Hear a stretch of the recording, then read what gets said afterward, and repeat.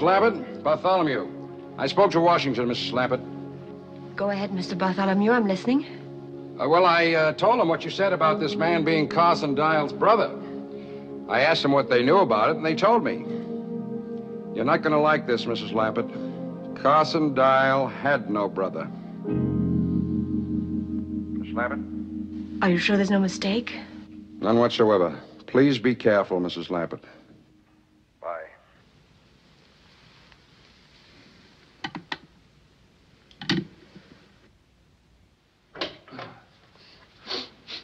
I left all my dry dripping.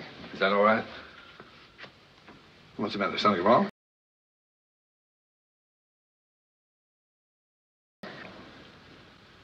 Oh, you're probably weak from hunger. You've only eaten 5 times today. I'll get someone to fix up my suit quickly and take you out to dinner. Let's go somewhere crowded. I feel like a lot of people.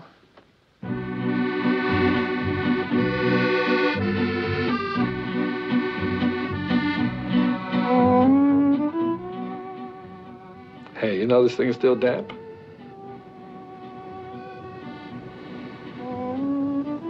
You haven't spoken a word for 20 minutes.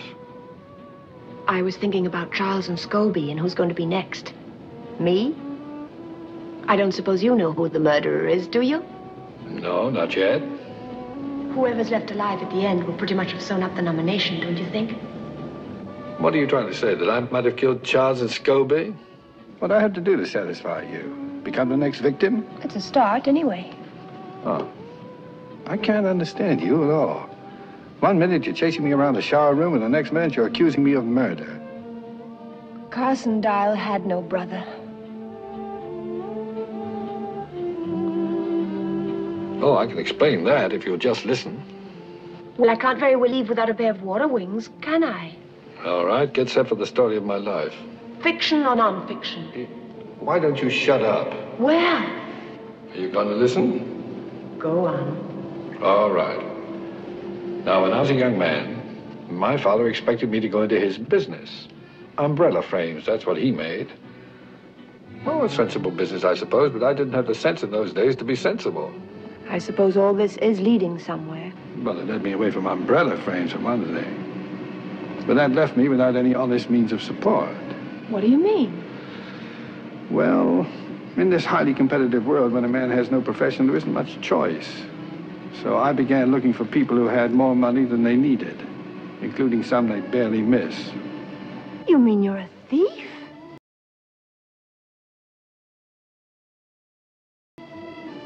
Well, that's not exactly the term I'd have chosen, but it sort of captures the spirit of the thing. I don't believe it. I can't really blame you now. But I do believe it. That's what I don't believe. So it's goodbye, Alexander Dial, and welcome home, Peter Joshua. Mm-hmm. Sorry, the name's Adam Camfield. Adam Canfield? Mm-hmm. Wonderful. Do you realize you've had 3 names in the past 2 days? I don't even know who I'm talking to anymore. Well, the man's the same, even if the name isn't. No, he isn't the same. Adam Canfield is a crook, and I want to know why. Well, it's simple. I like what I do. I enjoy my work. There aren't many men in the world who love their work as much as I do. Now, you look around sometime. Is there a Mrs. Canfield? Yes, but we're divorced. Mm. That's right. Now go and eat your dinner. Oh, I could eat a horse. I think that's what you ordered. Don't you dare be civil with me after leading me on like this. How did I lead you on? Oh, that marvelous rejection. You knew I couldn't resist it, and now it turns out all you're interested in is the money. That's right. Oh. Well, what would you like me to say? That a pretty girl with an outrageous manner means more to an old pro like me than $250,000? I don't suppose so. Well, it's a toss-up, I can tell you that. What? Hasn't it occurred to you that I'm having a tough time keeping my hands off you? Oh, you should see your face. What's the matter with it? It's lovely. Now what's the trouble? I'm not hungry anymore. Isn't it glorious? Adam! It's all right. Come and look.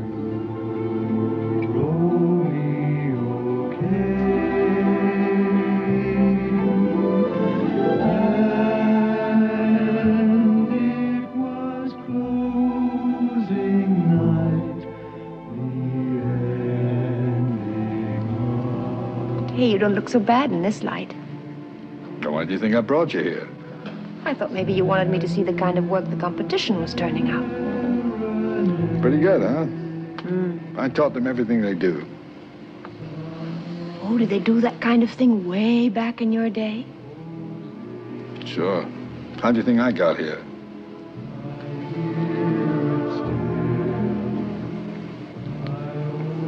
Not allowed to kiss back, huh? Oh, no. Doctor said it was bad for my thermostat.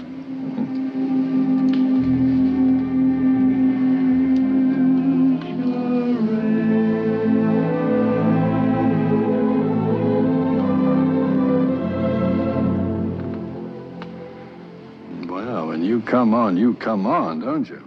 Well, come on.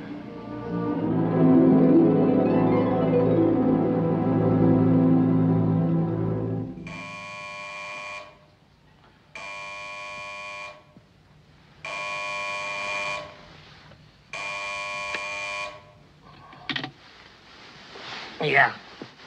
Hmm? In the lobby?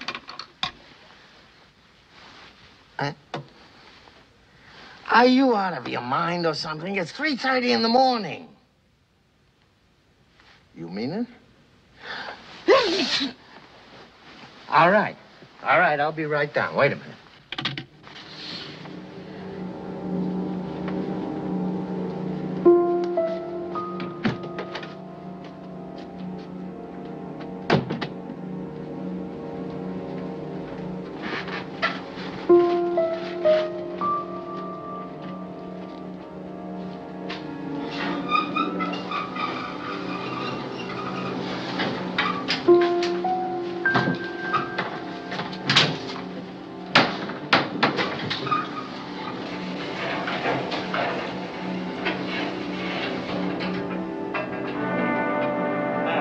Hey, turn on the lights!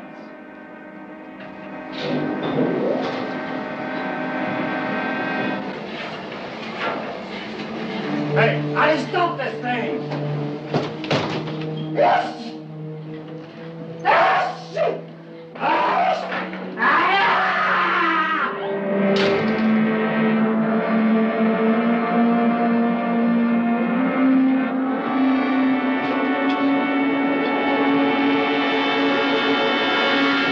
Three of them, all in their pajamas? C'est ridicule. What is it, some new American fad? And now, your friend who lives here, the one from Texas, he's disappeared, into thin air. Where is he? I wish I knew. Madame? Tell me, Mr. Dial, where were you at 3:30 a.m.? In my room, asleep. And you, Mrs. Lampert? I was too. In Mr. Dial's room? No, in my room. Obviously, you're telling the truth. For why would you invent such a ridiculous story? And if I were you, I wouldn't stay in my pajamas. Good night. Well, that wraps it up. Tex has the money. You go to bed. I'll let you know when I found him. You gonna go looking for him now? Well, if the police find him first, they're not going to turn over that $250,000 to us. Oh, Adam. Do as I tell you. Go to bed and bolt your door.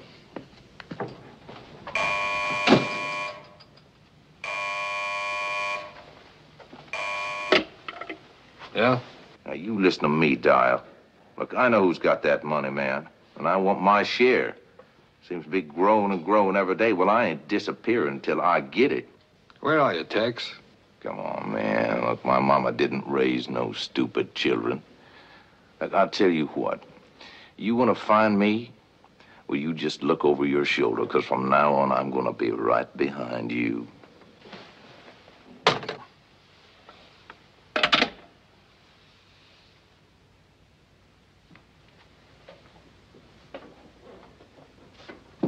Open up.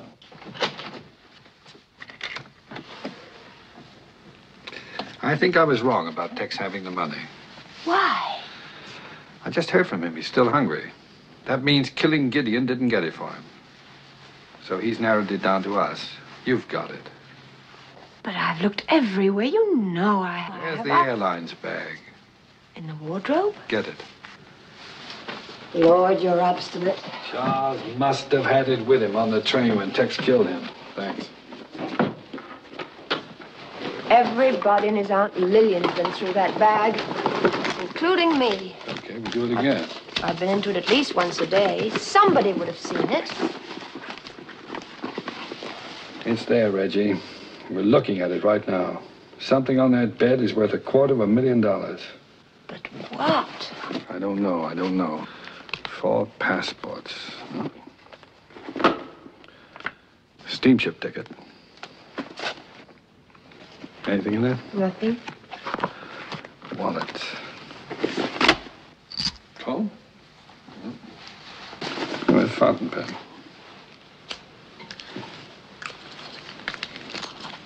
What about that key? To the apartment matches mine exactly. Oh. I bet you don't really need those. You need them. Well, it still doesn't make sense. But it isn't worth $250,000 either. Wait a minute. What? The tooth powder. What about it? Could you recognize heroin just by the taste of it?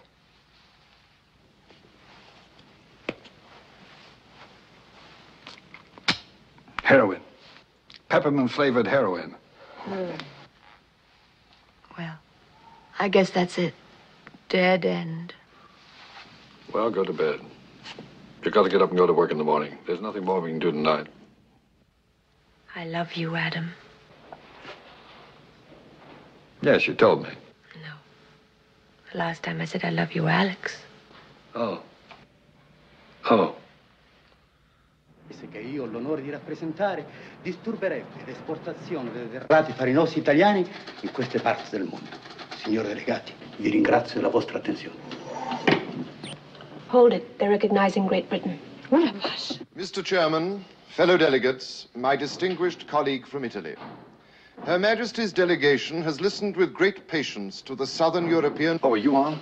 No, it's all right. What's wrong, Adam? Nothing's wrong. I think I found something. I was snooping around Tex's room and came across this in the wastebasket. I stuck it together again. Well, that's the receipt Grand-Pierre gave me for Charles's things. I don't see how that's going to... No, you're not looking.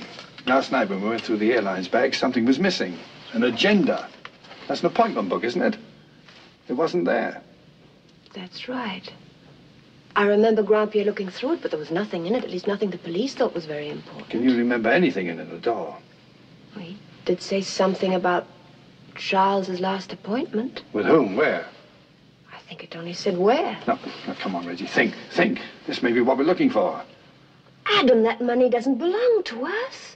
If we keep it, we'll be breaking the law. Nonsense. We didn't steal it. There's no law against stealing stolen money. Of course there is. There is? Yes. When did they pass such a silly law? Now think, Reggie. What was in that appointment book? Oh, it was a place or a street corner or something. Watch it, I'm on. Messieurs les délégués, mon distingué collègue de la Grande-Bretagne. Le problème qui se présente influence d'une manière vitale la proposition la plus importante de la conférence de l'hémisphère occidental. Of the Western Hemisphere Conference... Of the Western Hemisphere Conference held on March 22nd... No, wait! It was last Thursday, 5 o'clock, Jardin des Champs-Élysées. That's it, Adam, the garden. Well, it's Thursday today, and it's almost 5 o'clock, so come on. Oh, it's all right, gentlemen. Carry on.